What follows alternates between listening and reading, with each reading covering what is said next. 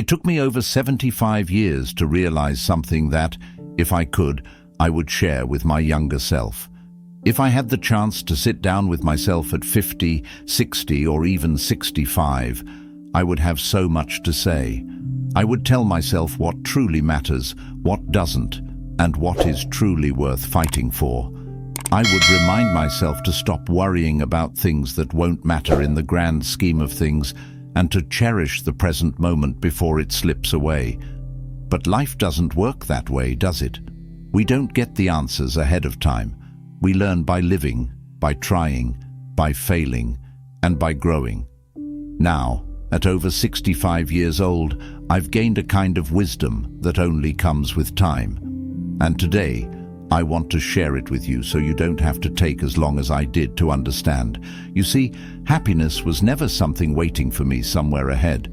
It was always here, all along. For most of my life, I chased happiness as if it were a distant finish line. I believed it was in the next achievement, the next milestone, the next version of myself, somehow better, thinner, richer, or more accomplished.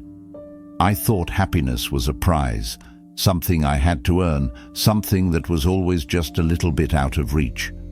I used to think I'd be happy when I retired, when I lost the weight, when my children were settled, when the house was paid off, when I had more time, more money, or more certainty. But here's what I wish I'd realized sooner. Happiness isn't waiting for you somewhere down the road. It's already here. It always has been. We grow up believing that life is about reaching the next milestone, that contentment is something we'll find later. Yet, every time we achieve what we thought we wanted, we move the goalposts.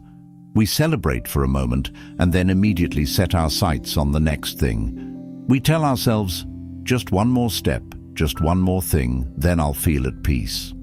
But happiness isn't in the next promotion or the next £5 lost. It's not in the house you dream of buying or the vacation you're planning. It's not hiding in some future version of yourself, some better version of who you are now. Happiness is in the ordinary moments, the ones we overlook because we're too busy chasing something else. It's in the quiet morning light streaming through the window as you sip your coffee. It's in the warmth of a grandchild's hug, in the deep laughter shared with an old friend, in the way the wind moves through the trees on a summer evening, in the first bite of a homemade meal, or in the sound of your favorite song playing on the radio. I've met people who spent their entire lives working toward a dream, only to arrive and realize they were still searching for more. I've also met people who had very little, no grand achievements, no wealth, no extraordinary accomplishments, but they radiated joy. Why? Because they understood something most of us take a lifetime to learn. Happiness is not a destination, it's a way of being. I remember talking to an old friend in his late 80s who told me, when I was younger, I always thought happiness was something I had to chase. But the older I got, the more I realized I was stepping over it every single day. I had it all along. I just wasn't paying attention. That stuck with me because if you're always chasing happiness, you'll never arrive.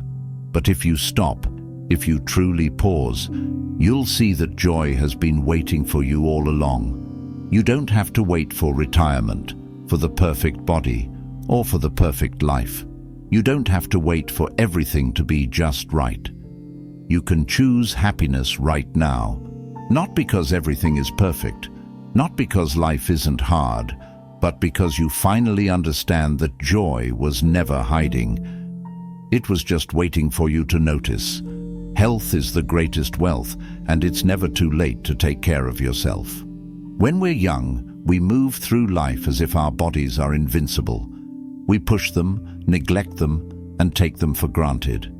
We eat whatever we want, get little sleep, and ignore aches and pains, believing there will always be time to get healthy later. But later comes faster than we expect. One day we wake up and our body reminds us, sometimes gently, sometimes sharply, that it's been with us through every decision we've made. And whether we treated it well or poorly, it has kept the record. I used to think health was just about looking good, about numbers on a scale, about fitting into old clothes. I used to think health was all about diets and exercise routines, about discipline and restriction. But now, I understand that health is so much more than that. It's the ability to bend down and play with your grandkids without wincing in pain. It's the strength to take long walks in the crisp autumn air, feeling your legs steady beneath you. It's waking up with energy instead of exhaustion. It's the freedom to live your life without constantly worrying about doctor's appointments and medications. I've met people in their 70s who are more vibrant and full of life than some in their 40s. I've also met people in their 60s who have resigned themselves to a life of decline, convinced their best years are behind them. The difference isn't luck, the difference is choice. Our bodies are like gardens. If we neglect them, weeds take over, muscles weaken, joints stiffen and energy fades. But if we tend to them, even with small daily care, they remain strong, flexible and full of life. It doesn't mean we won't face challenges. Age brings changes, no matter how well we care for ourselves, but it does mean we have more control than we think. I once knew a woman in her 80s who walked every day, rain or shine. She wasn't training for a marathon, nor was she obsessed with fitness. She simply understood that movement was life. If I stop moving, she told me, I'll never start again. She had seen too many of her friends lose their mobility, not because they had to, but because they slowly let it go. And that's the truth. We don't lose our strength because we age. We age because we stop using our strength. If I could go back in time, I would tell my younger self to care for my body. Not because I wanted to look better, but because I wanted to live better. I would remind myself that every small decision, a short walk, an extra hour of sleep, a home-cooked meal, was an investment in my future self. But the good news is, it's never too late. The human body is astonishingly forgiving. It doesn't matter if you're 30, 60, or 90. It will respond to care. Muscles can regain strength, joints can regain flexibility, and energy can return. Even a small change, adding more vegetables to your plate, taking an evening stroll, stretching in the morning, can create a ripple effect that transforms how you feel every single day. There is a version of you, even at this stage of life, that is stronger, healthier, and more full of vitality than you imagine. That version of you isn't waiting in some distant future. It's waiting right now in the small choices you make today. Your body is the only home you will ever truly live in. Take care of it, and it will take care of you. 3 relationships matter more than anything else. If I could relive my life, I wouldn't ask for more money, more success, or more possessions. I would ask for more time with the people I love, more conversations, more shared laughter, more quiet moments that I once overlooked. When I was younger, I thought achievements would be my legacy.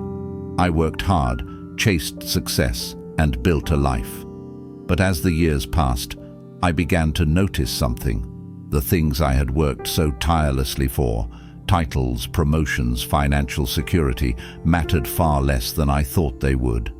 They brought moments of pride, yes, but they did not bring lasting fulfillment. What truly mattered, what stayed with me, were the people. I've sat beside friends in their final days, holding their hands and listening to their last reflections. Not once did they say, "I wish I had spent more time at work," or "I wish I had bought a bigger house." Instead, they said, "I wish I had spent more time with my family. I wish I had told my friends how much I love them. I wish I had let go of anger sooner." And I've learned something. Regret is not about the things we did, but about the love we didn't give, the connections we let fade, and the moments we were too distracted to cherish. We live in a world that celebrates independence, self-sufficiency, and personal achievement. But the truth is, we're not meant to walk this life alone. No success, no possession, no personal milestone can replace the warmth of human connection, a hug from a child, the shared history with an old friend, the comforting voice of a spouse. 3 relationships matter more than anything else. Those who have known you for decades. These are the treasures of life, the things no amount of wealth can buy. I used to hold on to grudges, thinking that time would naturally heal relationships, that distance would close itself. But time doesn't heal wounds, only love and effort do. Pride steals years, anger steals moments, and distance steals people. If I could go back, I would choose forgiveness faster. I would reach out first. I would say, "I love you" more often, not assuming that people already knew. The greatest wealth I have now is not in my bank account. It's in the voices that fill my home, in the friendships that have endured time, in the people who still call to check in. It's in the laughter that echoes at the dinner table, in the handwritten letters from my grandchildren, in the stories shared over a cup of coffee. If you're holding on to anger, let it go. If there's someone you miss, call them. If there's love in your heart, say it out loud. Life moves faster than we think.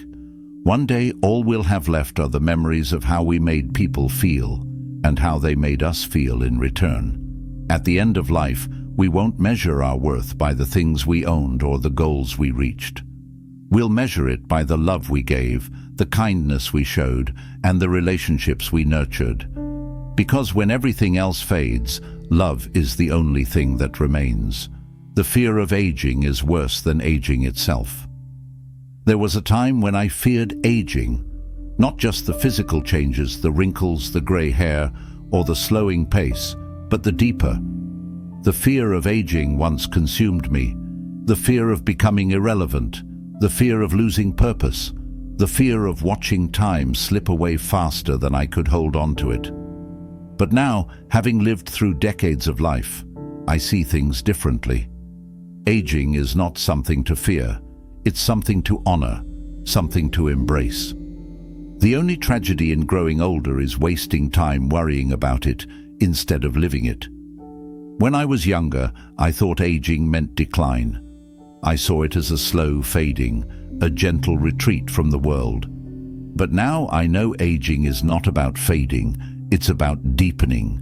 It's about seeing life through wiser eyes, shedding the insecurities and pressures of youth, and finally living with clarity. Aging has given me gifts I never expected. It has given me patience, the ability to sit in stillness without needing to prove anything. It has given me wisdom to know what truly matters and the courage to let go of what doesn't. It has given me freedom, the freedom to stop chasing, to stop comparing, to stop measuring my worth by the expectations of others. Yet I see so many people resist aging as if it is the enemy. They fight it with every cream, every dye, every procedure, as if erasing the signs of time will somehow stop time itself. But time is not the enemy. The real enemy is the belief that our value diminishes as the years pass. I've met people in their 80s and 90s who are more alive than some in their 30s, not because they are untouched by age, but because they have embraced it. They have chosen to keep growing, to keep laughing, to keep learning. I once knew a woman who took up painting at 78, a man who started writing poetry at 85, a friend who traveled solo for the first time in her 70s. Aging does not take away our ability to live fully. Our fear of aging does. The real loss is not in gaining wrinkles, it's in losing curiosity. It's in believing our best days are behind us instead of ahead of us. It's in shrinking our world out of fear, in closing ourselves off instead of expanding. I have wrinkles now, but they are not just lines, they are stories, proof that I have laughed, that I have cried, that I have lived. My hands are not as smooth as they once were, but they have held loved ones, built a life, created memories. My body moves slower, but it still carries me through this world, still allows me to experience its beauty. And so, I no longer fear aging. I fear not living while I still can. The only real mistake we can make is spending our precious years wishing we were younger instead of embracing the incredible privilege of growing older. Because the truth is, aging is not about losing youth. It's about gaining life, and I intend to live every last bit of it. There was a time when I believed that new beginnings belonged to the young, that learning a new skill, picking up a new passion, or stepping into a different version of myself was something best left for those with decades still ahead of them. I thought that after a certain age, life was about maintenance, not discovery, about settling into routine, not expanding into possibility. I was wrong. I've come to realize that the only thing that truly limits us is our own belief that it's too late. Too late to start over, too late to try something different, too late to chase a dream. The best time to try something new is right now. We all had dreams once, but for many of us, fear or busyness held us back from pursuing them. But time has taught me something. When you decide to start, no matter how late you think it is, you prove to yourself that it was never too late to begin with. I've met people in their later years who picked up a paintbrush for the first time and discovered a long-hidden artist inside of them. I've met men and women who began writing, learned an instrument, or mastered a new language, not because they expected to be the best, but because they finally gave themselves permission to enjoy the process. I've seen people return to school in their 70s, fall in love again in their 80s, and travel the world for the first time in their 90s. The idea that we must stop growing because of our age is a lie that keeps us from experiencing all the richness life still offers, a lie that holds us back from evolving, learning, and waking up excited about something new. There's no rule that says you must stop dreaming after 60, no law that says curiosity must end with retirement, no expiration date on trying something new. Yet so many hesitate, fearing failure or looking foolish, or believing they're not as quick or sharp as they once were. Let me tell you, growth isn't about being the best. It's about being better than you were yesterday.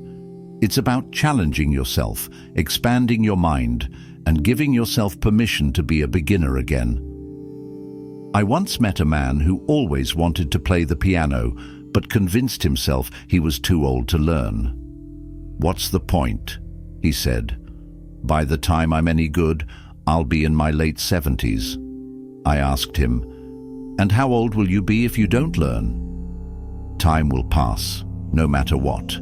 The years will come and go, whether you choose to fill them with new experiences or not.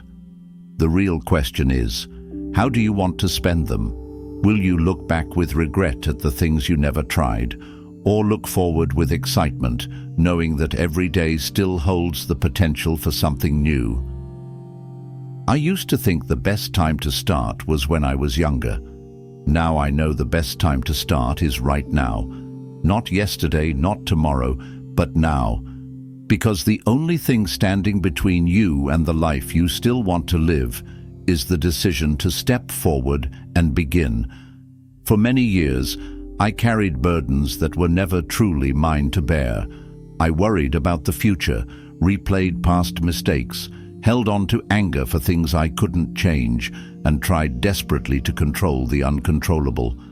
I thought that if I planned enough, worried long enough, or tried hard enough, I could keep life in order. If I held on tightly, things would turn out the way I wanted. But life has a way of humbling us, doesn't it? It teaches us, often in small whispers and painful lessons, that control is an illusion. No matter how much we try, there will always be things beyond our reach. A loved one may leave, a plan may unravel, a door we were counting on may close without warning, and all the worry in the world won't change any of it. I spent years exhausting myself over things that, in the end, were never mine to control.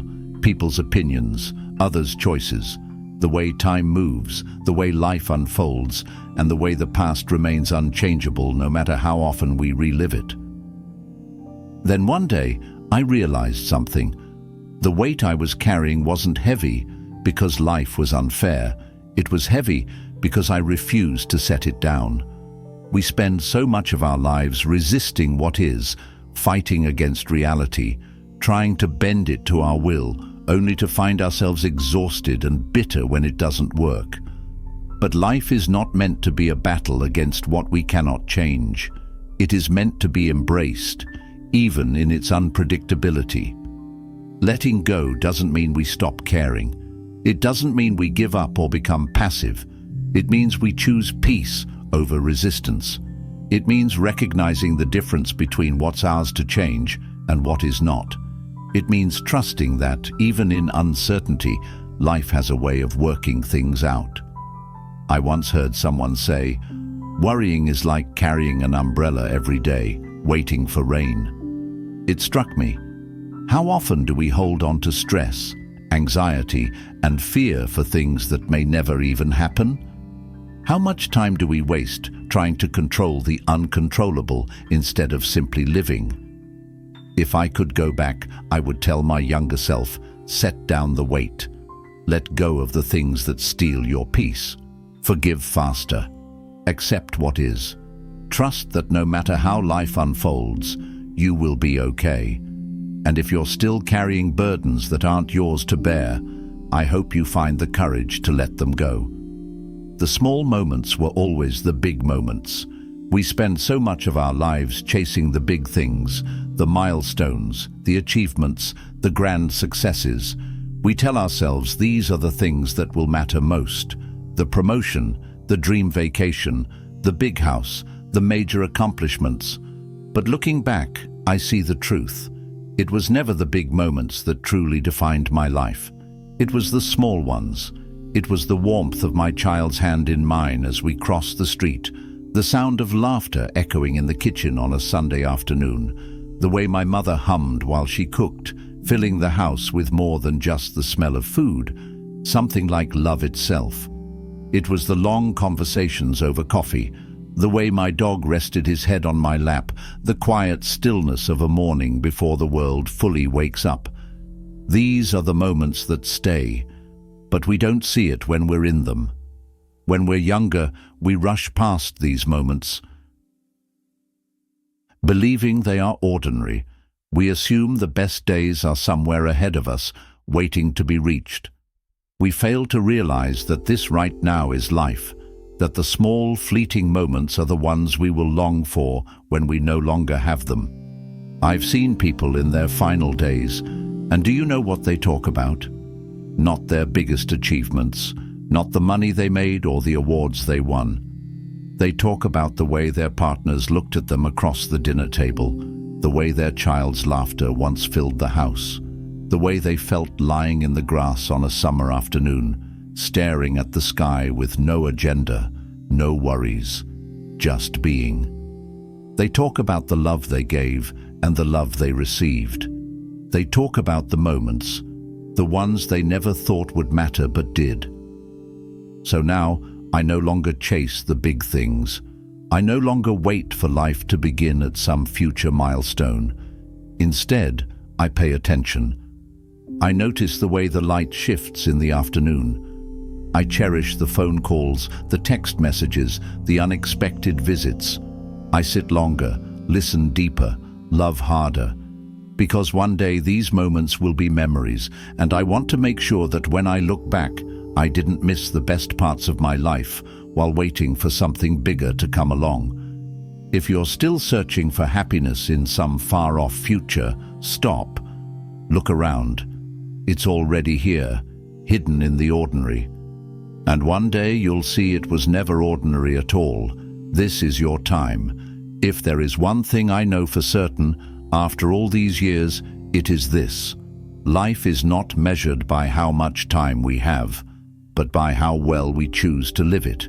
And the most heartbreaking thing I've seen, more than loss, more than hardship, is people reaching the end of their journey only to realize they spent too much of it waiting to be happier, waiting to be thinner, richer, more successful, waiting for the right time to start something new, waiting for apologies that never came, waiting for the perfect moment to say, "I love you," to take the trip, to embrace life fully. Here's the truth that time has taught me. There is no perfect moment. There is only now. Life does not pause for us to figure it all out. It moves, with or without our permission. It moves while we hesitate, while we overthink, while we wait for the fear to subside. And before we know it, years have passed, opportunities have slipped away, the people we love have aged, and the moments we could have cherished are nothing more than distant memories we wish we had held on to more tightly. But what I also know is this: it is never too late to start living.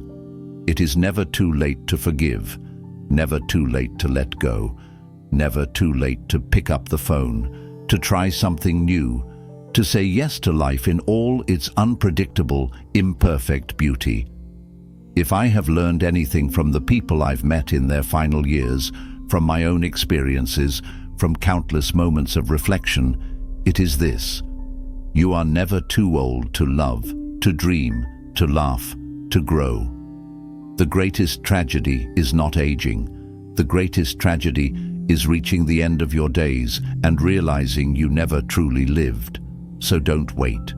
Don't waste another year, another month, another day, wishing for a past you can't return to or a future that isn't promised. Open your heart, open your hands, and embrace the life you have right now. Because when the time comes to look back, you won't remember the things you feared. You won't care about the opinions of others. You won't wish you had spent more time worrying about things beyond your control. You will remember the love, the laughter, the adventures, big and small, the kindness you gave and the kindness you received. And if you live fully, if you choose to live fully, when the time comes to say goodbye, you will do so without regret, because you will know, without a doubt, that you truly lived. These lessons are meant to inspire you to live fully and authentically. Now, I'd love to hear from you.